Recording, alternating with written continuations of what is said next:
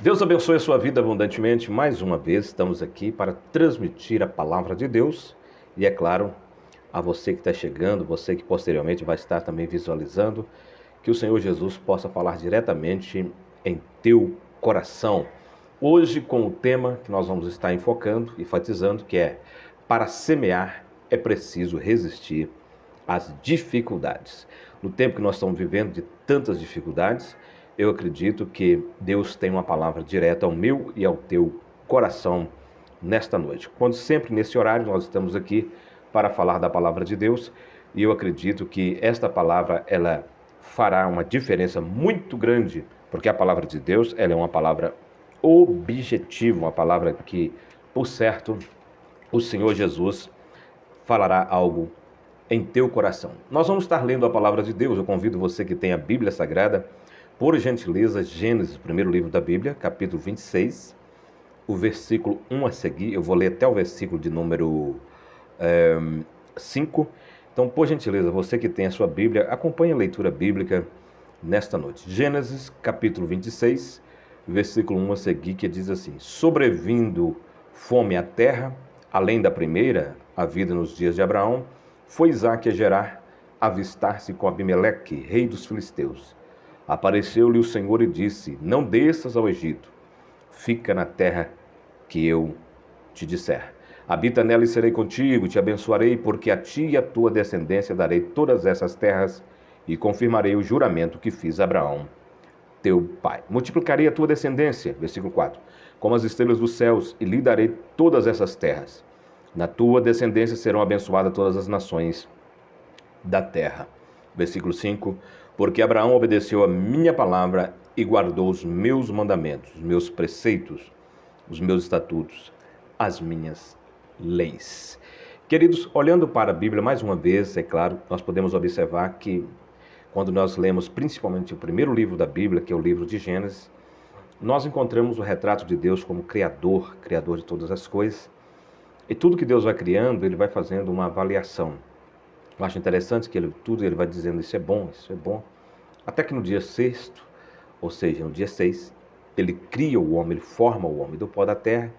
Sendo assim, nós observamos que Ele diz: isso foi muito bom. Olhando para o capítulo de número 26, nós podemos observar que Isaque está na terra dos filisteus. Eu estava observando, principalmente olhando para esse contexto bíblico, e comecei a investigar, comecei a pesquisar, comecei, por que não dizer, a meditar nesse texto, e comecei a observar que para semearmos é preciso resistir às dificuldades. O tempo que nós vivemos são tempos em que muitas pessoas às vezes abandonam, deixam para lá aquilo que Deus quer confirmar através das suas mãos, por causa das circunstâncias, por causa dos dilemas, por causa das frustrações. E por essa razão, muitas pessoas que deveriam estar em continuidade, que deveriam estar esforçando as suas mãos para tomar posse da bênção, muitas dessas pessoas acabam abandonando aquilo que Deus tem para ele, por não saber, por não esperar, por não trabalhar a ansiedade, por não trabalhar mais esse conceito que nós queremos falar, que é também resiliência, né? Quantas pessoas que precisam entender o que é resiliência, o que é, por exemplo, você perseverar. Muitas pessoas precisam, nesses dias de dificuldades, aprender a perseverar. Por quê? Porque o amor, ele nos mostra três coisas muito efetivas, muito interessantes. Na verdade, o amor, ele nos motiva a perseverar. O amor, ele nos motiva a continuar. O amor, ele nos faz entender também que às vezes precisamos sacrificar. Então, quem ama obedece, quem ama sacrifica, quem ama persevera. Pode ter certeza disso, né?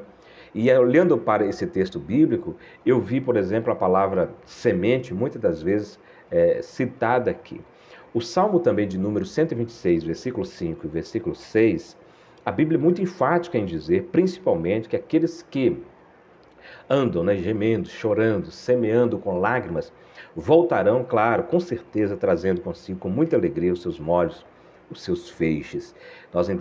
É interessante a gente observar que a obra de Deus, ela não é uma coisa, por exemplo, aleatória que você faz sem ter lágrimas, sem ter sacrifício, sem muitas das vezes você ter aquela força de vontade, aquele ânimo, através do ímpeto do Espírito Santo, para você fazer aquilo que Deus quer que você faça. O que nós precisamos entender aqui é que Isaac, ele é filho de Abraão. E nesse introito, nessa introdução, eu quero falar um pouco sobre Isaac. Isaac é aquela pessoa que quando a gente olha principalmente sobre 3 gerações, a primeira geração é a geração de Abraão, que é pai na fé de 3 grandes religiões. Depois vem Isaac. Isaac é quase que um fotocópia do pai. E depois Jacó. Jacó já é uma outra geração. Nessas 3 gerações, dá para a gente entender, nós subentendemos também, que a gente entende que a geração de Abraão foi aquela geração muito forte, né? Do sacrifício, da busca incessante a Deus. A de Isaac foi a cópia do pai. E a de Jacó já foi totalmente diferente da de Isaac e de Abraão. Olhando para os nossos dias também, a gente olha muito para essa geração de hoje e nós ficamos às vezes usando algumas palavras até muitas vezes pejorativas, né? Para a gente dizer para aqueles que estão vivendo nesse tempo que a geração é de muita fraqueza, a geração é uma geração quase que débil. Mas nós precisamos entender que a geração mais forte, olhando para o livro de Gênesis, foi a geração de Abraão. Depois, sucessivamente, a geração de Isaac. Isaac é aquela pessoa compassiva, aquela pessoa que vem para desentulhar os poços, né? Aquele homem que tinha uma administração muito boa dos conflitos.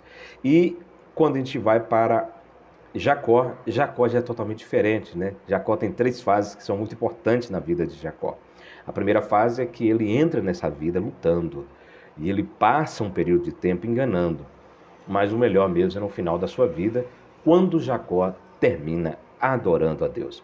Então, estudar esse trio ouro de Deus do Antigo Testamento, estudar a vida pregressa de Abraão, Isaac e Jacó, nos remete ao entendimento dos dias que nós estamos vivendo. Então, hoje se faz necessário nós compreendêssemos melhor a vida de Abraão, no Rio dos Caldeus, ali na Caldeia, na Mesopotâmia, depois o seu filho sucessivamente, que é Isaac, e depois Jacó. Se você entender que são 3 tempos distintos, são 3 tempos diferentes, Abraão, Isaac e Jacó, então você começa a entender, na verdade, os dias que nós estamos vivendo. Esses dias que nós estamos vivendo, que a gente não pode falar que essa geração é uma geração de Abraão. Abraão é vencedor, Abraão é aquele homem que Deus chama ele com 75 anos de idade, né? Para dizer que a terceira idade, o amor de Deus também está derramado nela. Isaac é aquele que vem e enfrenta esse conflito, e hoje nós vamos estar falando especificamente sobre a vida de Isaac, tendo em vista que eu li Gênesis capítulo de número 26. Sejam todos bem-vindos, você que está me visualizando, de onde que você está agora me visualizando, deixa na barra de rolagem aqui o nome da tua cidade, do teu município, do teu estado, onde é que nós estamos alcançando. E se você puder, eu te peço gentilmente que você possa compartilhar bastante essa live, mande ela, né? Compartilhe com seus amigos, com seus parentes. Deus tem uma palavra direta, objetiva ao teu coração. Marta já está aí assistindo. Boa noite, Marta.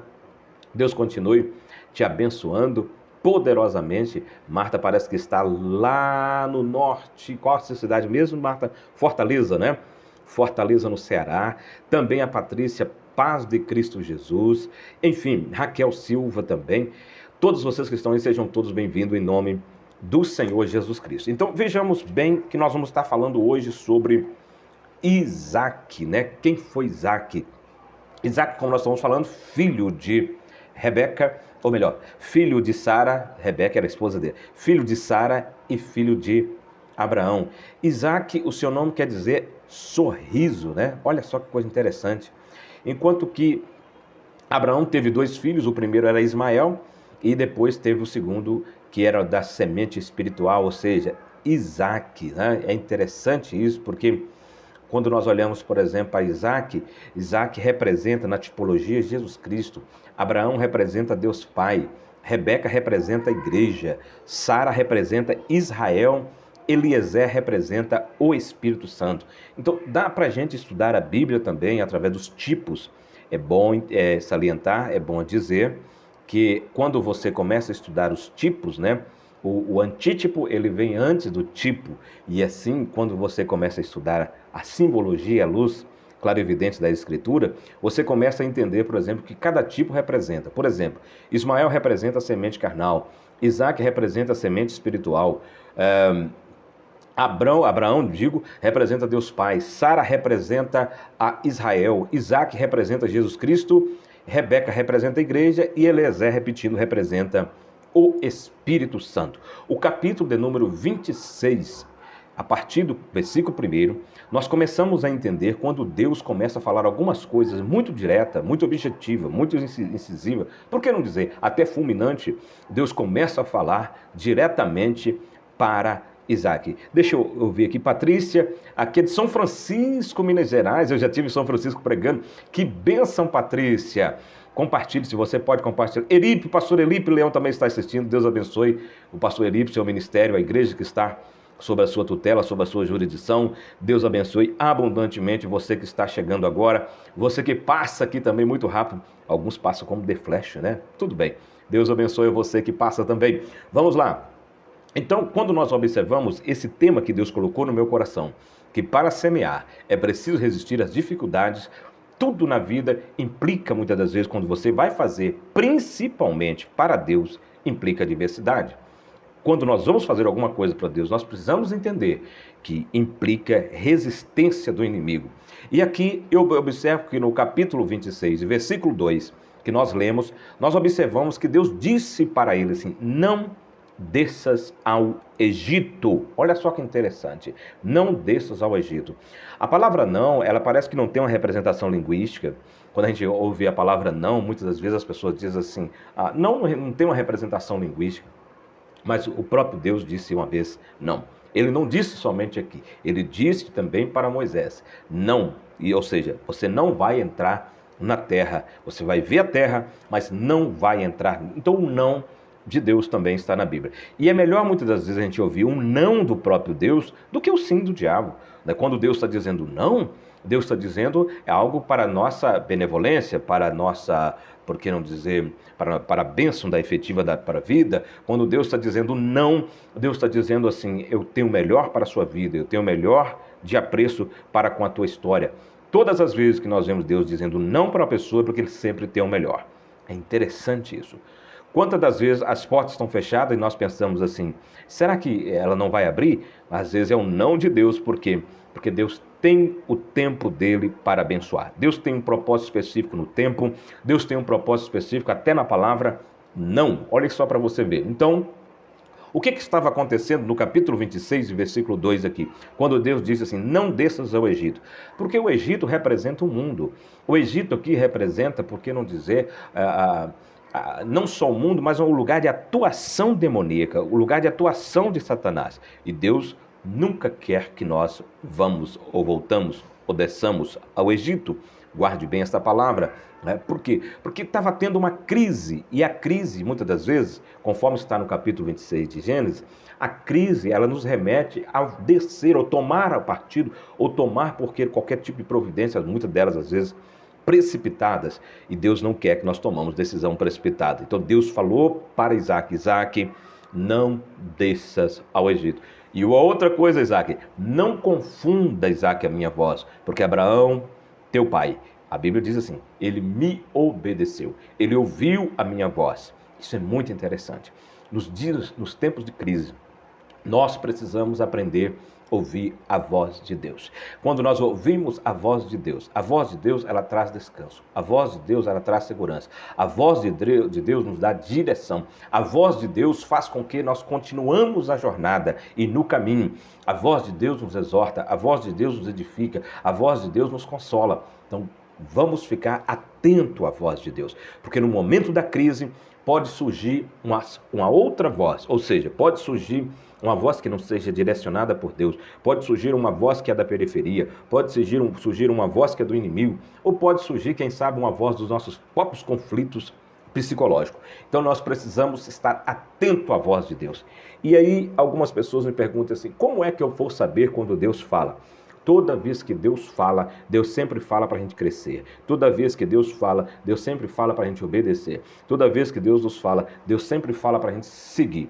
Toda vez que Deus nos fala, Deus sempre nos fala para nós prosperar. Toda vez que Deus nos fala, Deus sempre nos fala para a gente prosseguir. Toda vez que Deus nos fala, Deus sempre nos fala para marchar. Guardemos a palavra de Deus, porque quando nós ouvimos Deus, Deus sempre tem o melhor para a nossa vida. Quando o inimigo fala, ele sempre fala para descer. Toda vez que ele fala, ele sempre fala para entristecer. Toda vez que ele fala, ele sempre fala para entenebrecer, enfim, etc. Toda vez que o inimigo das nossas almas fala alguma coisa, ele nunca fala para que possamos crescer, ou ter vitória, ou ter sucesso. Guardemos bem quando Deus fala, porque o inimigo, a gente já sabe que ele sempre fala para que nós possamos perder alguma coisa. Que Deus nos guarde, que Deus nos proteja. Mas a voz de Deus para Isaac era: não desças ao Egito. Eu não sei o que é que está passando na tua vida, eu não sei qual é o conflito que você está enfrentando, eu não sei qual é o dilema que você está vivenciando nesse exato momento, mas eu aproveito o ensejo e digo para você: mantenha a tua posição. Um soldado, ele precisa ser efetivo na sua posição.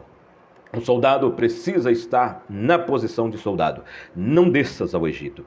Descer ao Egito é lembrar das cebolas. Descer ao Egito é lembrar não somente das cebolas, mas do pepino. Não somente do pepino. Era um Ceasa, né? O Egito. Agora, todas as vezes que nós olhamos para frente, nós sempre vamos contemplar, pelo menos, Canaã. E é uma terra que mana leite e mel. E tem uva. E tem leite bom. E tem mel da rocha. Olha só que interessante. Então Deus nunca quer que você olhe para o Egito, porque quem olha para o Egito está olhando para o seu passado. Quem olha para o Egito está olhando para o seu pecado. Quem olha para o Egito está, na verdade, olhando para um lugar onde Satanás fez o seu trono. Então olhemos sempre para frente. Deus está falando nesta noite especificamente ao teu coração. Não volte atrás. Não volte atrás. Prossiga para o alvo. Prossiga para o alvo, prossiga para o alvo. Era uma crise que estava acontecendo e a Bíblia disse isso muito claramente aqui, conforme está escrito no capítulo 26 e versículo de número 1. Sobrevindo fome à terra, além da primeira a vida nos dias de Abraão, foi Isaac a Gerar, avistar-se com Abimeleque, rei dos filisteus. Todas as vezes que há uma crise, seja ela de ordem física, seja ela de ordem espiritual, seja ela de ordem social, etc., nós precisamos estar muito apegados à palavra de Deus. Por quê? Porque pode ser que quando surge essa crise e nós estamos, por exemplo, olhando para um outro lado, quem sabe para a direita, quem sabe para a esquerda, e a partir de então, aí o inimigo aproveita.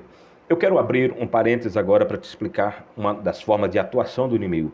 A Bíblia diz no livro de Juízes, principalmente no capítulo 6, que todas as vezes que havia, por exemplo, que os filhos de Israel faziam mal aos olhos do Deus Todo-Poderoso, Deus permitia, na sua vontade permissiva, que o inimigo fazia uma força de coalizão, juntava os amalequitas, juntava os filisteus, juntava os povos do Oriente e fazia uma força de coalizão para atacar Israel naquele momento mais penumbro da sua história.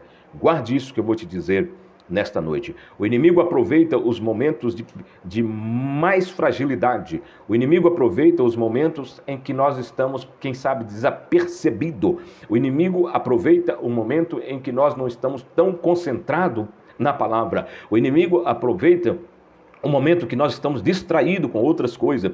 E aí, é nesse momento que nós devemos tomar muito cuidado, porque as crises sempre vão existir. Existe hoje crise na saúde, nós estamos vendo uma crise no leste da Europa, de conflitos, de guerra. Nós estamos ouvindo crises e crises. Algumas pessoas preocupadas porque acham e acreditam que a fome vai campear pelo planeta Terra por causa da falta de víveres. Mas eu quero te dizer uma coisa: o mesmo Deus que é o nosso pastor, nada nos faltará. É o mesmo Deus que controla todas as coisas. Ele sabe quantos fios tem de cabelo na tua cabeça. Ele sabe muito bem quem é você, onde você mora e o teu endereço. Ele sabe muito bem o que se passa com a sua vida. Se você vive uma crise, seja ela de ordem espiritual, física, moral, etc, etc. Eu não vou ficar citando, são tantas crises. Tem crise na saúde hoje, né? Alguns lugares tem crise hídrica, digo, e assim sucessivamente. Mas nós precisamos entender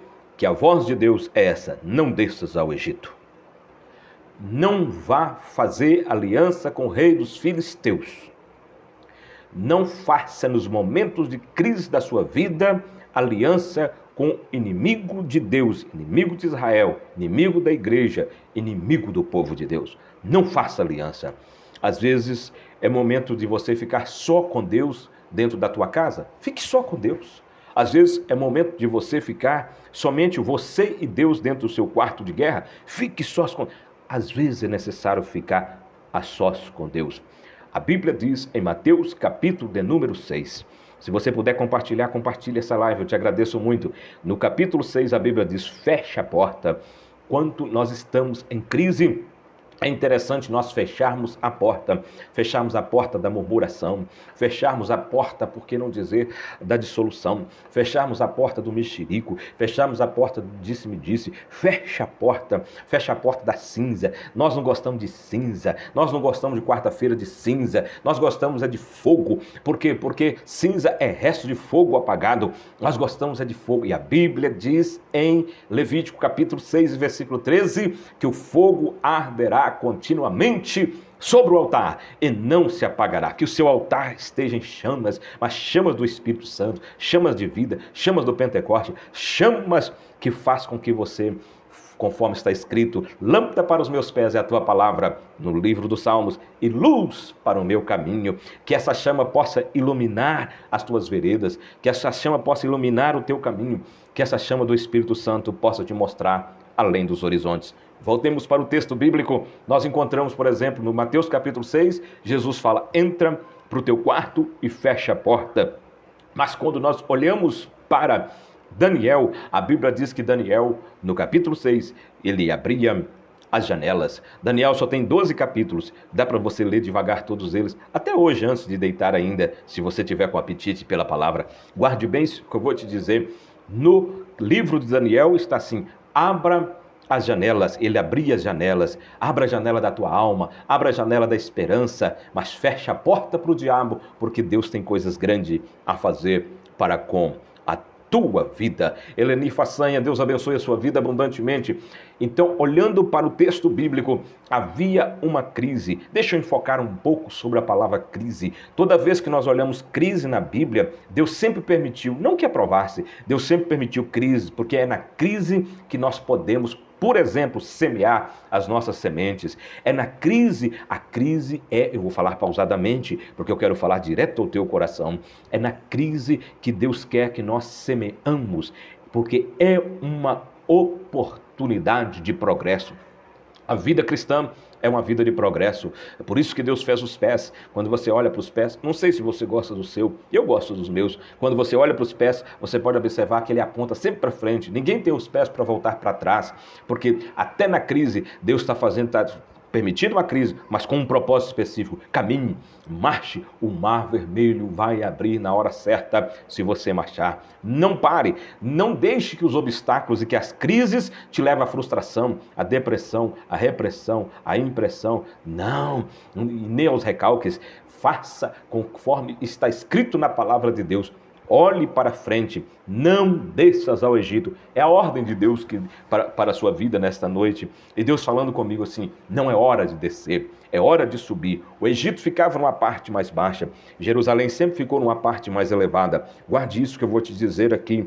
Deus lhe faz uma promessa conforme está em Gênesis capítulo 26 e versículo 3, que eu passo a ler. Eu gosto de pregar lendo a Bíblia. Habita nela e serei contigo e te abençoarei, porque a ti e a tua descendência darei todas essas terras e confirmarei o juramento que fiz a Abraão, a teu pai. Nós somos também, por fé, descendentes de Abraão. Guarde isto. Nós não fizemos aliança com os filisteus. Nós não temos uma aliança, por que não dizer, com os heteus. Nós não temos uma aliança com os feveus. Nós temos uma aliança com Deus através do preço que Abraão pagou. e que assim como estava agora vivendo Isaac, filho de Abraão, numa crise, deixa eu abrir um parêntese, Deus pode até permitir uma crise, mas jamais vai deixar que um filho de Abraão morra. Deus pode até permitir uma crise, mas jamais vai permitir que um filho de Abraão morra até com sede, porque a Bíblia diz que o filho de Abraão, por nome de Ismael, estava chorando, conforme Gênesis capítulo 17, ele chorava de sede, e a sua mãe achava que ele ia morrer de sede, porque o deserto, o sol é causticante, mas não obstante a isso, aparece um anjo e diz assim, olhe para o outro lado, coisa maravilhosa, nos momentos de crise, nós devemos tirar o foco da crise e olhar para a porta da esperança, e olhar para o milagre que Deus já fez e nós ainda não tomamos posse dele. Todo momento de crise é um momento de oportunidade. Guarde bem isso lá nas paredes do teu coração, no recôndito da tua alma, guarde isso. Deus permite um momento difícil, não é para que você possa morrer de sede no deserto, não, filho de Abraão não morre. Você quer saber mais? Deixa eu te dar mais um texto aqui, Gênesis capítulo 37, estava José na cova, quem foi que passou e tirou José da cova? Quem sabe você está na cova, né, do desespero, na cova do desabor, na cova, por que não dizer, das frustrações, na cova dos traumas, na cova das decepções. Guarde isso que eu vou te dizer. José estava dentro da cova, a partir do capítulo 37 de Gênesis, passou uma caravana. Que caravana que passou? Caravana de ismaelitas. Olha aí, Deus não faz aliança com os filisteus, guarde bem isso. Deus sempre vai colocar no teu caminho alguém que tem aliança com ele. Oh, maravilha! Eu quero glorificar a Deus nesta noite, porque eu sei em quem eu tenho crido. Eu não sei você, mas acredito que também eu sei em quem eu tenho crido.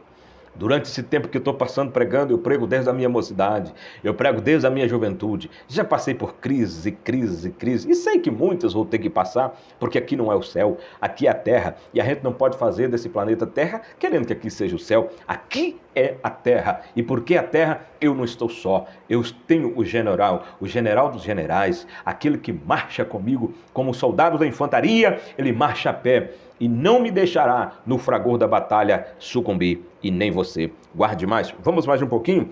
Deus fez uma promessa para quem? Deus fez uma promessa, conforme Gênesis capítulo 26, versículo 3, para Isaac. Falou assim, fique na terra, mantenha a tua posição. Eu vou multiplicar a tua descendência. Eu vou ser contigo. Meu Deus do céu, isso é muito lindo, gente. Eu serei contigo nesta terra. Aleluia. E te abençoarei. Gente, a bênção de Deus é que enriquece. A bênção de Deus é que nos faz cada dia mais ser mais do que vencedor. A bênção de Deus é que nos faz que nós olharmos para cima sempre e contemplar não somente o azul, mas saber que é de lá que vem a resposta, de lá que vem o milagre. Olha só, diz assim, habita nela e eu serei contigo e te abençoarei, porque a ti e a tua descendência. Você acha que Deus quer abençoar só você? Não, Deus não é egoísta, Deus não é egocêntrico, Deus quer abençoar você e a sua descendência. Deus quer abençoar a sua casa e a sua posteridade. Deus quer abençoar você e não somente o seu papai e sua mamãe, mas a terceira, a quarta geração. Não, Deus quer abençoar até 1000 gerações sua. Guarde isso. Se você permanecer na presença do Papai do céu, se você permanecer na presença do Deus que criou os céus e a terra, a bênção, ela não vai se inocular. Não, a bênção será derramada, ela será dada. Eu disse hoje para alguém de manhã que dar não é jogar, dar é passar de uma mão para outra. Deus passará a bênção dele para a sua geração. Aleluia. Compartilhe essa live, compartilhe com seus amigos, com os parentes, etc, etc. Compartilhe essa live, porque Deus está falando contigo nesta noite. Se tu uma bênção, fique firme na terra, não saia. O conflito está grande, o desespero começou a bater na porta.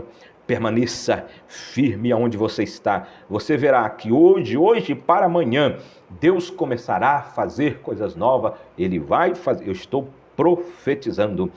Você que está neste momento enfrentando conflitos, guarde esta mensagem. Deus, a partir de meia-noite, a sua vida não será mais a mesma. Você quer que eu apoie na Bíblia, né? A Bíblia cita muitas das vezes a meia-noite, e quando a Bíblia cita a meia-noite, está falando um período de tribulação e uma outra fase, um período de tempo e um outro tempo. Guarde esta palavra no seu coração. Deus mudará a tua sorte. Deus mudará o teu cativeiro. Eu vou correr porque o tempo não permite ficar muito aqui. E eu já estou 30 minutos aqui falando a palavra de Deus. Isaac obedece e não racionaliza.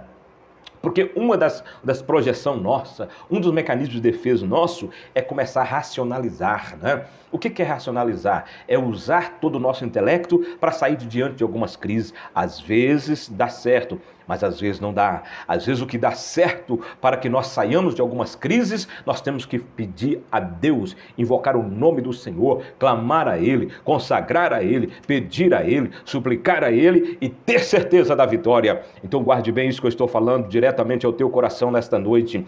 Tinha uma crise em Gerar. Ele falou, vou descer ao Egito. Não desças ao Egito. Não importa, mais uma vez repetindo, não importa o que está acontecendo, permaneça na tua posição, porque o dia de amanhã será diferente do dia de hoje. Aleluia! Você quer que eu apoie na Bíblia, né? Salmo de número 29, a Bíblia diz que um dia faz declaração a outro dia. Ou seja, esse dia houve um esforço tremendo, fenomenal na criação. Deus criou esse dia para a gente regozijar. Deus criou esse dia para nós adorarmos. Deus criou esse dia para nós louvarmos. Deus criou esse dia para a gente entender o propósito dele. Deus criou esse dia como plano para a sua vida. Mas tem uma coisa.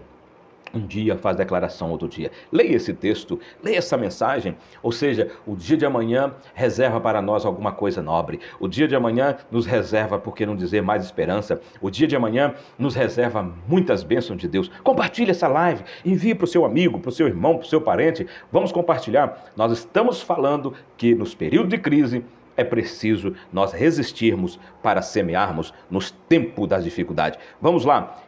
Outra coisa que me chama a atenção. Isaac obedece e não racionaliza, ou seja, não duvida da promessa de Deus. Deus fez uma promessa. E por que nós cremos nas promessas? São mais de 8.000 promessas ao longo da Bíblia. Alguns teólogos chegam a dizer que é mais, mas eu fico com 8.000 porque eu também nunca contei. Agora tem uma coisa interessante. Se tem promessas que são genéricas, se tem promessas que são para o coletivo, se tem promessas que são simplesmente para um grupo de pessoas seleto, se tem promessas que é para todo, como Deus fez a promessa dele para mais de 2,5 milhões de pessoas lá no Egito, Deus fez a promessa para aproximadamente quase 3 milhões de pessoas. Quantas foram as pessoas que entraram na Terra Prometida? De 20 anos para baixo, os que nasceram, entraram. De 20 anos para cima, só Josué e Caleb. Por quê? Porque não duvidaram da promessa. Porque não ficaram duvidando do que Deus falou. O que Deus falou está falado. Passarão os céus e a terra, mas a minha palavra, aleluia, não passará, aleluia. Então, não fique racionalizando, não fique usando projeções, não fique usando, por exemplo, mecanismos de defesa. Deus falou, está falado. O seu sucesso sempre vai incomodar alguém. Isaac, por causa do sucesso dele, por causa da bênção do Deus de Abraão que estava através das mãos de Abraão, começou a ficar incomodado toda aquela gente ali e começou a entulhar os poços. Eu vou parar um pouco aqui para falar sobre isso. Deixa eu tomar uma água, me permita. Depois. Uma coisa interessante é que ele ia lá, desentulhava os poços, daqui a pouco os poços estavam entulhados de novo. O inimigo quer que você continue encrenca com os vizinhos, com os parentes, entulhando os poços. Quando a gente fala de entulho, entulho é tudo aquilo que não presta. Entulho é mágoa. Entulho é rancor. Entulho é ódio. Entulho é todos esse aspecto que nós falamos aqui de resto de fogo apagado, de cinzas. Retire essas cinzas. Retire essas cinzas, porque você vai ver que Deus quer abrir uma grande porta para a sua vida. Eu falo isso diretamente ao teu coração nesta noite. Quarto, Isaac semeou no tempo da crise. Olha só, aleluia. É interessante quando a gente olha para a história, porque se a gente for ver o testemunho do revolucionário William Levitt, que semeou no tempo da crise nos Estados Unidos, Martin Luther King, Ray Kroc, Martin Luther King Jr., que no tempo da crise pregava e dizia assim: I have a dream, ou seja, eu tenho um sonho. Quem tem um sonho não fica dentro do poço. Quem tem um sonho, Deus não deixa essa pessoa morrer.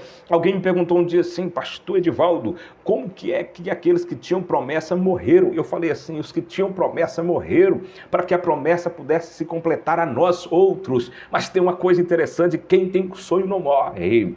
Enquanto esse sonho não se cumprir, enquanto esse sonho não se efetivar, guarde isso. Se você tem um sonho, Deus guardará a sua vida e por causa de você, Ele abençoará a tua descendência. Aleluia. Glorificado para sempre é o nome de Jesus. Em quinto lugar, para prosperar no deserto é preciso ter iniciativa.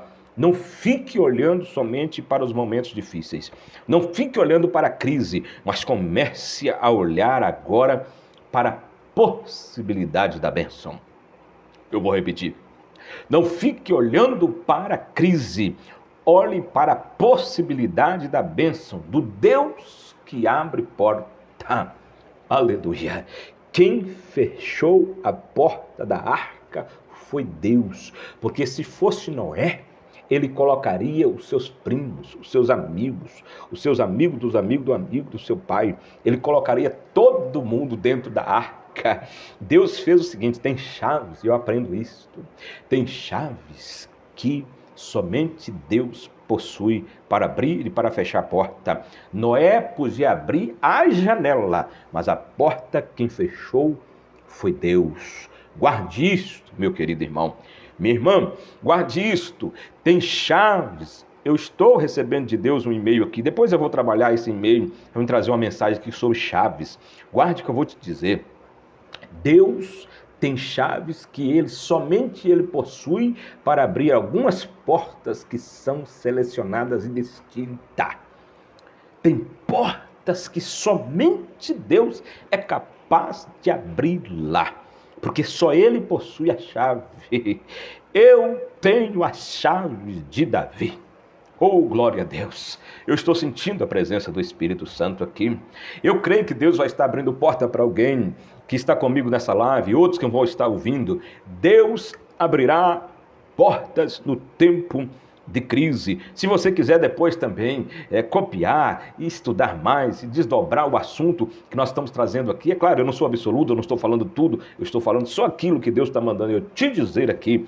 Então guarde isso. Uma das coisas interessantes aqui, sabe o que é? É que eu vi que o milagre de Deus não anula o esforço humano. Tenha uma iniciativa. Comece aquele projeto que está engavetado, comece hoje. Hoje eu estou dizendo, a partir da meia-noite, que vai ser um novo dia. Comece logo, comece já. Esse novo projeto que está no teu coração, comece ele. Porque Deus está esperando. Oh, meu amado irmão, Deus é um Deus proativo, mas também reativo. Não é só nós que somos reativos, não. Se você começa um projeto nesse momento de crise, nesse momento que as portas estão fechadas, você vai ver o que é que Deus vai fazer através das suas mãos. Esforce a tuas mãos. Olha só, eu lembro agora de uma coisa. Você já ouviu falar de Henry Ford? Já ouviu falar? Ele foi o primeiro homem a fabricar o carro em série e foi num tempo de crise. Você já ouviu falar do que nós falamos aqui, eu vou repetir, de William Levitt, sobre a crise habitacional nos Estados Unidos? Você já ouviu falar sobre o Ray Kroc? Pesquise para você ver, foi no tempo de crise. E hoje o McDonald's está, através do Ray Kroc, em todo o mundo praticamente, principalmente no mundo ocidental. Uma das coisas interessantes que nós observamos aqui, que foi no tempo de crise. Charles Steinmetz era um homem deformado, feio, anão, porém uma das maiores inteligências do mundo na área da eletricidade. Tudo começou no tempo de crise. Eu poderia citar outros e outros e outros. Não pensa que os gênios que nós estudamos sobre eles começaram quando tudo estava ao seu bel prazer, como se tudo estivesse muito bem. Não, eles começaram efetivamente em um tempo de crise. Então, se tem crise, tem uma oportunidade. Se tem uma crise na sua vida, é a oportunidade de você desengavetar e tirar esse sonho seu que está engavetado e ter uma iniciativa a partir de agora, no nome poderoso de Jesus. Em sexto lugar, no deserto da crise podemos experimentar os maiores milagres de Deus. Deixa eu falar um pouco aqui da crise do deserto, no deserto da crise. Se você observar, os maiores milagres listados no Antigo Testamento foi no deserto. No deserto não faltou maná. No deserto não faltou água. No deserto não faltou carne, cordonize. Deus mandava um vento, trazia codorna. No deserto não faltou até aquele ar-condicionado pelo próprio Deus, da nuvem que vinha quando o sol estava na sua força maior. Você duvida de Deus? Você duvida que Deus pode fazer? Guarde essa mensagem no seu coração. Deus está mandando e trouxe hoje aqui. Eu não ia fazer essa live hoje. Eu não ia trazer essa mensagem. Eu ia trazer uma mensagem em forma de estudo, que eu gosto de trazer os meus estudos aqui, que Deus tem colocado em meu coração para ajudar muitas pessoas, novos pregadores que estão chegando agora. Eu estou, como eu disse, pela misericórdia de Deus, há mais de 30 anos pregando. Então tem muitos jovens pregadores que às vezes têm dificuldade com temas, têm dificuldade com esboçar, têm dificuldade com desdobrar a mensagem, têm dificuldade com roteiros bíblicos. Eu até aproveito o ensejo para dizer, se inscreva no meu canal, eu tenho muito roteiro bíblico, muita mensagem, cada dia eu estou colocando, pelo menos 2 vezes na semana eu coloco mensagem nova aqui no meu canal. É só se você entrar no link aqui do Facebook e clica lá, se inscreva no canal, se inscreva também, segue no Insta. Tá? Porque sendo assim, você vai sendo abençoado. Deus sempre está me dando alguma coisa maravilhosa, que para mim é nova. Eu estou há mais de 30 anos pregando, mas tem uma coisa interessante. Sempre Deus está me renovando, me dando mensagem nova. Olha só que coisa linda. Aproveita o ensejo. Eu estou com 3 livros escritos também na plataforma Clube de Autores. Se você adquirir um dos meus livros, eu tenho uma sobre tatuagem e piercing, que eu rodei esse Brasil em escola bíblica, seminário, dando estudo sobre a verdade sobre tatuagem e piercing, à luz da Bíblia, tá? Eu falo sobre as implicações da tatuagem do piercing. Então, se você entra lá, por exemplo, na plataforma Clube de Autores, lá nós temos 3 livros lá publicados, e um desses e se você adquire, é claro que você abençoa o meu ministério. E é claro, você me abençoando, sucessivamente será abençoado. Eu tenho outro que eu escrevi na pandemia agora, que é koinonia ou claustrofobia, né? Quando o medo paralisa, quando o medo faz com que a pessoa se torne escravo, etc, etc. Koinonia ou claustrofobia ou koinonia. E tem um outro que é sobre Israel, um mito ou um milagre. Israel é uma mentira ou um milagre? Se você adquirir, você vai gostar muito desses livros que estão lá na plataforma Clube de Autores. Então, você... E se inscrevendo no canal no YouTube, PR Edivaldo Miranda no canal no YouTube, aí estão os links lá. É só você clicar nos links, você já vai ser direcionado para a plataforma Clube de Autores. E eu vou estar finalizando falando sobre isso. Isaac trabalhou, e nós precisamos entender que ele semeou no tempo de crise, mas não só semeou, ele colheu. Aleluia.